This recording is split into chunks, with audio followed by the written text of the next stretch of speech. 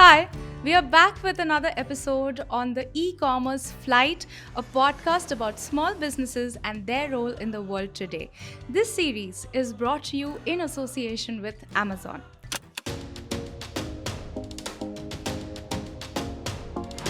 I'm Deepthi Ahuja, of course, not Supriya, and I'm the content head at HT Smartcast. I'm here under special circumstances because today we are not just celebrating women in front of the camera, but also the ones behind. Now, last time we spoke to Richa, who is changing lives by helping women with PCOS, that is polycystic ovarian syndrome, by managing their nutrition and hormones through food. So it only makes sense that this International Women's Day, we hear yet another inspiring story. Today, I have the pleasure of introducing to you another visionary entrepreneur. She is redefining the way children connect with India's rich heritage and culture through immersive experiences. Meet Pooja Ratnakar, the creative force behind Potli, a bag of wonders.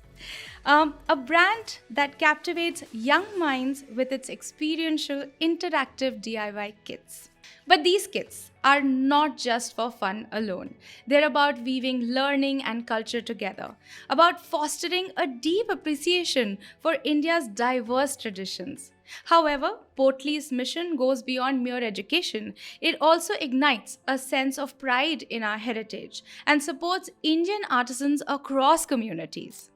As a proud member of India's Fair Trade Forum, Pooja and her team are committed to sustainability and empowering livelihoods through their initiative. In partnership with the Amazon Karigar program since 2019, Potli has been on an inspiring journey of innovation and inclusivity. Despite the challenges posed by the pandemic, this collaboration has not just supported Potli's growth, but it has also uplifted over 150 artisans and has touched the lives of about 1.5 lakh children. On that explosive note, Pooja, welcome to the show. How are you? Thank you so much. And I'm absolutely good. Looking forward for this little conversation with you. Same here, same here. So, Pooja, tell us a little bit about yourself and about your brand. Yeah, so if I look back at my journey and Portly's journey, I think the seed was sown for Portly right from my childhood. I think being an army officer's daughter, we've lived as a family and with my siblings in small cities and towns across the country. And I don't even have a number of I don't even know how many cities we've lived in. But even our holidays for us meant crisscrossing villages in Kashmir, Orissa, Sikkim, but those were our holidays. So my exposure in my earlier childhood also left a very deep-rooted passion and also a hunger for learning more and for knowing more, for traveling more, and getting to know about our culture and the traditional knowledge that came along with it. And I think that led to a desire to instill this knowledge and learning to the younger generation. Nice. I just felt that there's so many children out here who don't have the opportunity to actually experience our culture in the myriad form that we have. And I think that's how Portly also came into being. Awesome, awesome. Portly just reminds me of this show that used to come on DD when I was a kid, Potli Baba Ki Kahaniyan, right? And I feel like all these kits under the brand name Potli is like a story in itself. So why the name and how was the whole idea? I mean, what is the genesis story of Potli, the company, the brand? We've heard about how you were influenced to open it, but then how did it happen? So the Potli brand, I think you've just hit the nail. It was actually a Potli Baba Ki Kahani. Oh! That's how it originated. I mean, we were Nice. just thinking of when we were brainstorming with a few friends. This is about 20 years ago. we were just thinking about what to call it. And that's when we said, okay, we don't even know what's going to come out of it, because there was no single product. All we knew was it's going to be about loads of stories. Yeah. So that's how Portly came in, and Portly, a bag of wonders, is what, inspired. So, but tell us, Pooja, how did Portly happen? This is about 20 years ago, 20 or 25 years ago, when I think when the markets were flooded with toys from China, Chinese toys. And I think that's when it really hit me hard that what are we offering to our children? What kind of games are we offering to children? And a lot of parents would also come back, would be complaining and sulking about children only aping the West. And that's when I asked them also, I said, what is it that we're offering to our kids? Is there anything exciting about our culture that we offer to them that they would learn it? Because our lifestyles have changed. Earlier, these the intangible heritage was passed on from one generation to the other through our daily activities. True. But now with our nuclear families and lifestyles having changed totally, so there's a big gap between the two generations in terms of this learning, and the learning is only in school, and this wasn't offered in schools. So that's what sort of got us to think about introducing, to filling that gap which existed. And even then I remember when we started with our first kits, a series of 3 kits is what we started with, only 3 art forms. We went to a lot of shops. The store owners and the buyers would, they outrightly rejected our product because they felt that, I think at that time the bigger being better was was the deciding factor for customers to buy. A bigger gift in low value. The content wasn't really important. So we were even told by so many buyers, you give us a bigger box, fill it up with thermocol, but give it a big box. Wow. Give us that's what we want. And but I think we really stood by our vision and by our values, and that was a tough time because we really felt we were going against the tide. People didn't want it, but we felt that people wanted it. But we stood strong, and I think in the last 20 years, the customers have changed. Markets have evolved. The parents are so much more aware. Millennials. Yeah, absolutely. And also I feel the government policies have also changed. That's now. true. So now I feel that now is the time that the 15 years that we've put in is now giving us the returns of all the hard work that we've done in the last 15 years. So it's so good to see schools coming to us, the education board collaborating with them, collaborating with so many different government bodies to bring in craft and culture into the curriculum, into the mainstream studies as well. I'm so glad. And as you stand at the precipice of finally things moving, of seeing success in your products, I'd really like to ask you, as a woman entrepreneur and someone who represents an SME, does e-commerce really help you? We've interviewed many women on this podcast, and I'm wondering if the advent of e-commerce and platforms like Amazon, have they helped solve for challenges that probably only women entrepreneurs face a lot? Absolutely. I think, that's a very good question. And I think women entrepreneurs, for women entrepreneurs, I feel the e-commerce platform, it helps them with balancing their lives better, in terms of doing multiple things, organizing their lives the way they without having to go to do a 9-to-5 work. So I think in terms of flexibility, that really helps a lot of women. So women are encouraged to work out of home more. You'll find so many young women, or even, in fact, age is no barrier now. True. You'll find so many women. They have a platform right from home. They don't need to step out of their home. So they can work from the comforts or from within the limitations of their home. And I think apart from that, e-commerce, even for us, I feel it's been a very good learning process, especially to be able to reach without any geographical barriers, reaching across the world. Right. Something that we hadn't thought of ever. Yeah. So it's crossing a lot of barriers. It's giving women the flexibility to work. And I think another very big advantage of e-commerce is that without really, there's no gender bias there. There's a confirmation bias. Yeah, right? Like yeah. the one with the big box. I mean, yeah, there's no gender bias, and so it's so much comfortable to work without having to deal with these basic Right. issues, which in a very in a general business environment or an office environment women tend to face. So women can focus on work and not having to deal with these issues. Yeah. Nice. I'm inspired to have my own store now on an e-commerce platform. But now that the International Women's Day is here, Amazon is running the 3rd edition of the hashtag #SheIsAmazon campaign to highlight women within its ecosystem. So let me draw on your experience with the company. Do you think that Amazon is actually fostering that environment of inclusivity for women? And what are some of the particular elements or events that come to your mind that informs this assessment of yours?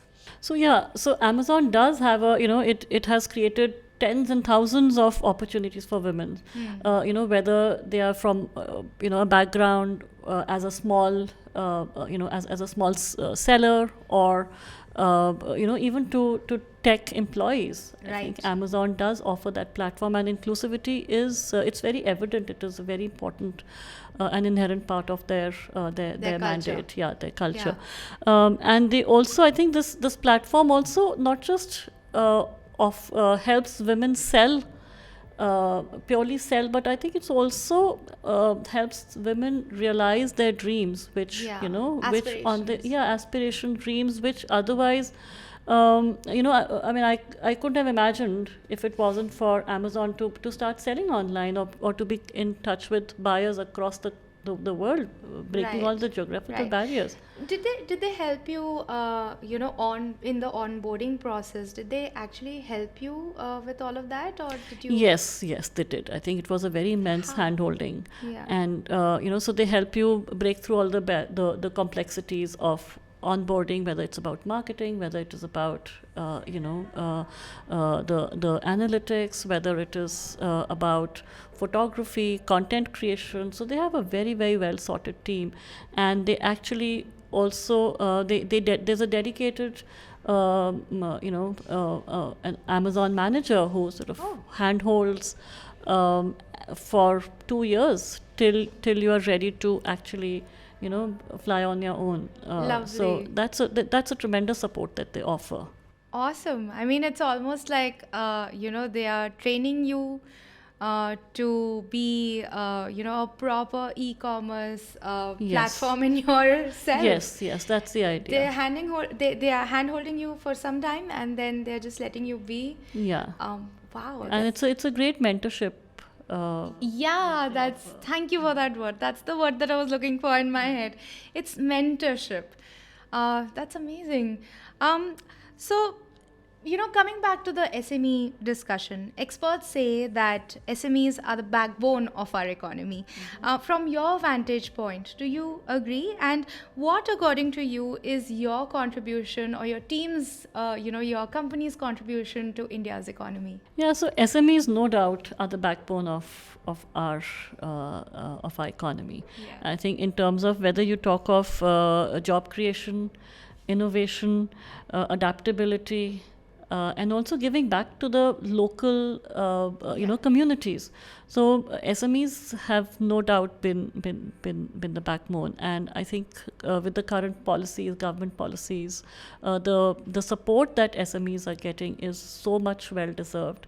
And even if you look at numbers, MSMEs contribute to more than 29% of India's GDP.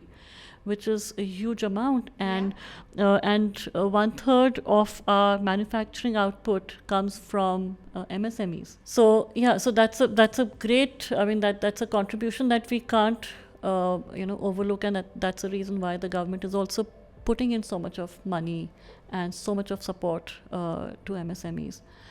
And we ourselves also are registered, MSME members. And I think as far as the question you asked was, what is our contribution? Yes. So I think our contribution to Indian economy, if I had to see in a larger space, would be, I think, the biggest contribution would be that I think we've not been a national waste. uh, and how I would say three. I would just say 3 points here. Sure. I think one has been cultural preservation, social progress, and economic development. I think these are the 3 areas that I would clearly say that we feel confident in having contributed to our country's Very well growth. summed up. I couldn't have done it better.